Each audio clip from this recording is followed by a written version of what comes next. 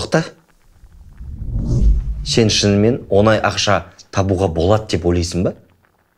Иә, солай жазып тұр. Не деген ақымақсыңдар. Сен білесің ба, кім саған жазып жатқан? Кім? Алаяқтар. Жүр, ұялма. Мысалы, сен екеуің. Арсен, ұялма. Жігіттер, мына қызға біздің схемамызды түсіндіріп беріңізші. Қараңыз, біз сіздің Каспи Пейіңізге кіреміз. Яғни сіз рұқсат бересіз. Сізді саудаңызды жүргіземіз, табысыңыз ұлғаяды, барлығы заңды деп сендіреміз. Біз сіздің Каспи Пейіңізге кірген сәттен бастап, біз нағыз алаяқтық схемамызды іске қосамыз. Қоймалардың жабылуына байланысты жаппай сатылым болып жатыр деп, қолымызда жоқ тауарды барлық әлеуметтік желілерге, сауда алаңдарына жарнамалаймыз. Сосын елдер тауарды ала бастайды.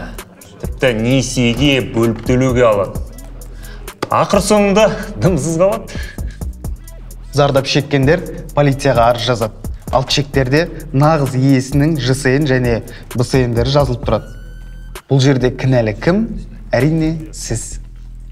Ал соңында өзіңіз әрі құрбан, әрі сыбайлас болғаныңызды байқамай да қаласыз. Ал біз болсақ барлық ақшаны жинаймыз да тайып тұрамыз.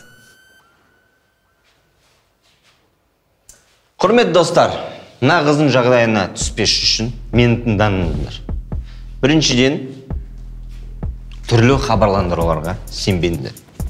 Екіншіден, жеке өзіңіздің деректеріңізді ешкімге айтпаңыздар. Әсіресе Каспи Пейді. Адам баласы деген кішкене миымен ойлану керек. Жарайды, сақ болыңыздар.